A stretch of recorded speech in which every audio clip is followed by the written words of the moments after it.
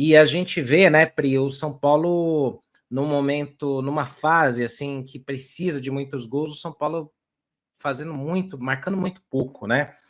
São pouquíssimos gols marcados, o São Paulo vem falhando com seu ataque aí nos últimos jogos. A gente até teve um post compartilhado aqui, quer ver? Dos amigos lá do 365 Scores, deixa eu até colocar em tela cheia aqui, que fica mais fácil de ver um pouquinho, como a fonte secou, né? Quarto jogo seguido perdido e mais de 360 minutos sem marcar gol. LDU, Santos, LDU de novo e o Ceará. O que acontece, Prícera? Assim, não é só falar, pô, os caras são ruins, beleza. Mas os mesmos caras faziam gols. Será que é só psicológico? Será que tem algo a mais aí?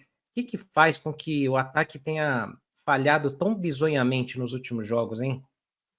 Sério, eu acho que é um conjunto de coisas, né? Primeiro, eu acho que isso é a consequência de um planejamento muito mal feito no elenco do São Paulo, né? Saída de jogadores, e aí de novo eu entro no quesito financeiro, né? Saída de jogadores que estavam em processo de desenvolvimento, e aí entrando na parte financeira era mais palpável para o clube manter esses meninos, e aí contrata jogadores medianos que não chegam para resolver em um momento que o São Paulo precisava de pessoas para resolver, porque também tem a falta de sorte de ter perdido todos os seus jogadores de referência no ataque do São Paulo.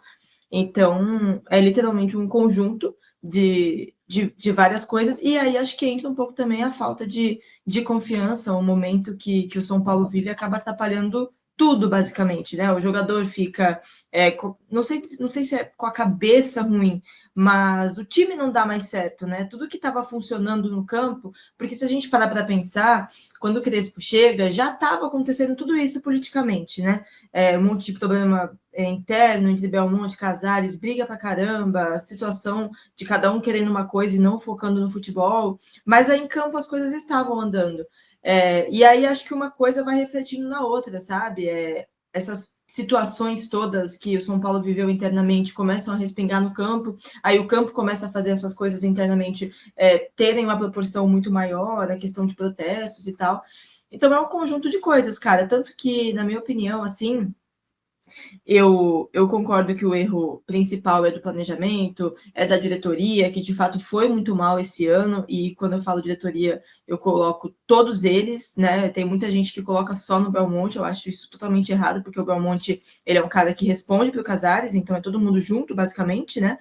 É, mas eu também acho que o time do São Paulo precisa reagir, cara, porque de fato tá ficando muito ruim o futebol também. E aí não é culpa do Casares, do Belmonte, do Crespo, da torcida, eles também precisam demonstrar alguma coisa. Não é necessariamente ganhar todos esses 4 jogos, golear esses 4 jogos que estão aí na tela, mas fazer um gol, empatar uma partida, e aí as coisas vão aos poucos se desenrolando. Aí você vence um, ainda que o São Paulo hoje não esteja numa condição de golear o Ceará ou de vencer o Santos com reserva, mas é um processo, né? Que foi mais ou menos o que o São Paulo foi fazendo quando o Crespo chegou, foi evoluindo aos poucos.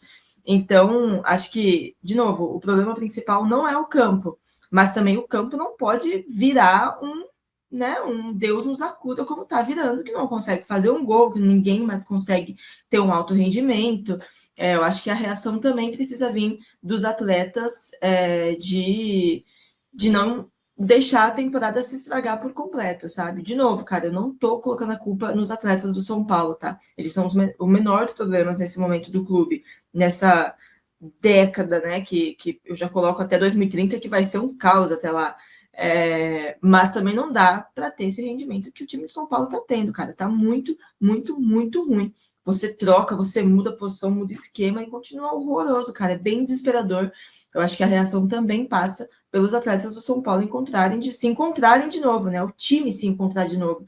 Porque é bizarro, cara. Eu não consigo ver nada no São Paulo hoje do que a gente viu há pouco tempo, do time que foi lá. E não falo de grandes jogos, não. Pô, venceu o Juventude, venceu o Inter, venceu o Corinthians. Eu não consigo ver nenhum resquício daquele time no time de hoje. Só o Rafael, inclusive, me corrigindo, porque o Rafael, para mim, não tem nenhuma participação nessa péssima fase do time. Não, concordo, Rafael. Pô, o menor culpado, né? Ô, Menor Senna, culpado. Diga. Você me permite fazer só uma observação em cima desse comentário da Pri, que eu concordo 100%, mas eu acho que a ocasião, eu acho que a sucessão de detalhes fez essa situação acontecer, porque eu acho assim, cara, o futebol ele é muito do detalhe e, de repente, eu vejo detalhe em todas as coisas dentro do futebol. Uma tomada de decisão, por exemplo, de um jogador pode ditar todo o restante da carreira dele. Um lance no futebol pode mudar totalmente o futuro do clube, o futuro de um campeonato. Um lance pode mudar tudo. E no São Paulo foi uma sucessão de lances, né? Os lances dos gols perdidos contra a LDU, por exemplo. Eu acho que contra a LDU lá, ainda era um São Paulo que tinha a cara do São Paulo do Crespo, né? De não ter sentido altitude, de ter imposto o seu ritmo de jogo, ter criado as oportunidades, porque deu sequência ao trabalho que estava sendo feito. A partir daquele momento, com 2-0 contra, eu acho que o São Paulo ele deu o azar de enfrentar um time que estava muito bem, estava muito tranquilo, muito bem postado, e a pressão estava toda a favor do. Estava toda contra o São Paulo, né? A favor do time da LDU, e deixou o time equatoriano muito confortável na Libertadores. Aí, aquela falha bizarra na defesa, né? O Bobadilha não sobe, sai o gol da LDU, e aí o psicológico foi de vez embora. Só que eu acho que teve uma sequência para esse jogo contra o Ceará. Eu acho que o psicológico abalado do São Paulo, depois que tomou o gol da LDU, teve uma sequência gigantesca para esse jogo contra o Ceará. Eu estava falando ontem na Transamérica, eu costumo sempre entrar muito antes no campo para poder ver o aquecimento e acompanhar alguns detalhes, né?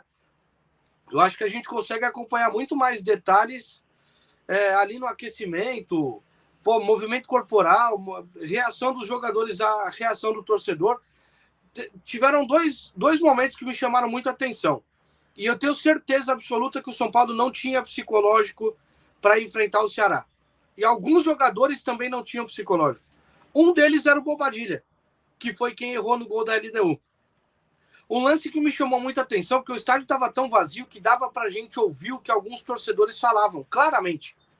E aí um torcedor grita em direção ao Bobadilha, chama o nome do Bobadilha por várias vezes, quando ele está ali perto, ele está ali no aquecimento, perto do símbolo do São Paulo, para vocês terem uma noção. E aí no anel superior, ali na parte central, o torcedor chama o Bobadilha insistentemente. E ele olha. Aí o torcedor fala para ele: o estádio está vazio hoje por sua culpa, parabéns. Aí o Bobadilha olha, balança a cabeça negativamente. O Alan Franco chega perto dele, tira ele dali. Aí ele vai para o aquecimento de finalização. Depois do segundo chute dele, um dos auxiliares do Crespo, que eu não consegui identificar quem começa a conversar com ele e faz claramente esse sinal aqui, né, de colocar a cabeça no lugar.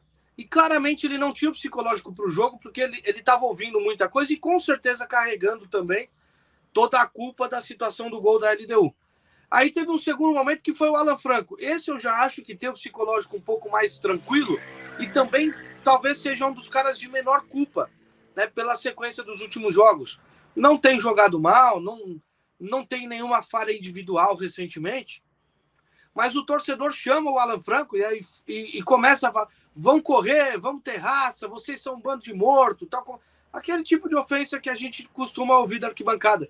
E aí o Alan Franco balança a cabeça negativamente, né, e começa a fazer o sinal assim, né, olha lá pro torcedor e balança a cabeça negativamente. Então são alguns detalhes que a gente vê que o clima estava pesado e da arquibancada foi levado para o campo. Os jogadores ouviram, os jogadores sabem a reação do torcedor e alguns individualmente receberam isso, né? Então, o que aconteceu no jogo nada mais foi o reflexo daquilo que eu pude observar, por exemplo. Porque, para mim, a bola queimou no pé do Bobadilha.